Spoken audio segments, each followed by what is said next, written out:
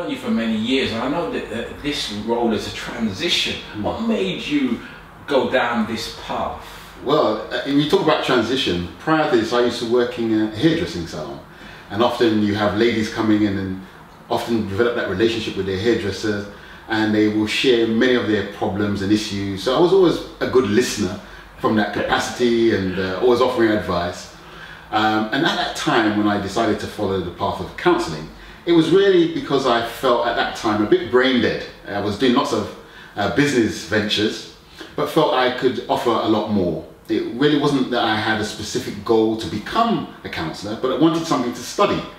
And so got a prospectus from a college and flipped through the pages and came across counselling. And when I suggested it to many people, they said, well, that suits you because you're already a good listener and that might be a good way to go. So initially it was exploratory. I did the first year, which was an introduction to counselling, and really enjoyed it, and continued for a further 3 more years. So in total I studied for 4 years and qualified as a counsellor in 2002.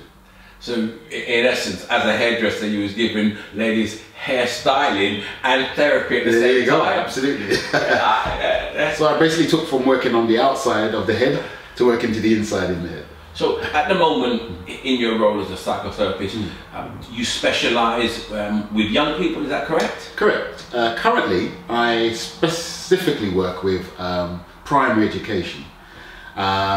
Initially, I started working with older people, or older children, or young adults, I should say. And I was working with a project that was helping children who had got involved with gangs escape that life. And that was very challenging and very interesting.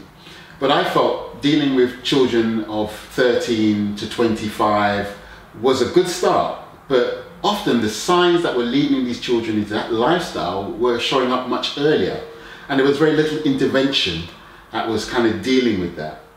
And I felt that I would perhaps be best served trying to catch them much earlier to prevent some of the outcomes that we were seeing in terms of the life choices, but also some of the more sad end results where children were dying not necessarily because of knife or gun crime, but actually even taking their own lives because they felt helpless.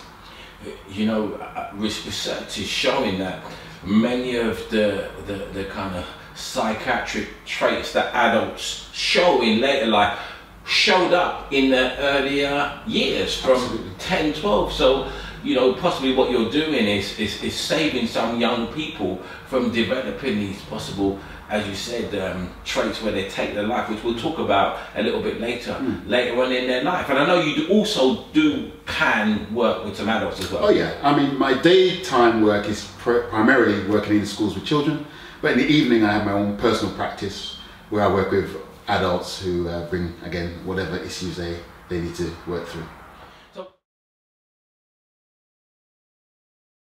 For more videos, tips and advice, why don't you join the Make Health Your Habit family on YouTube, Facebook, Instagram and Twitter. Remember, when you make health your habit, you can live longer, feel stronger and look younger.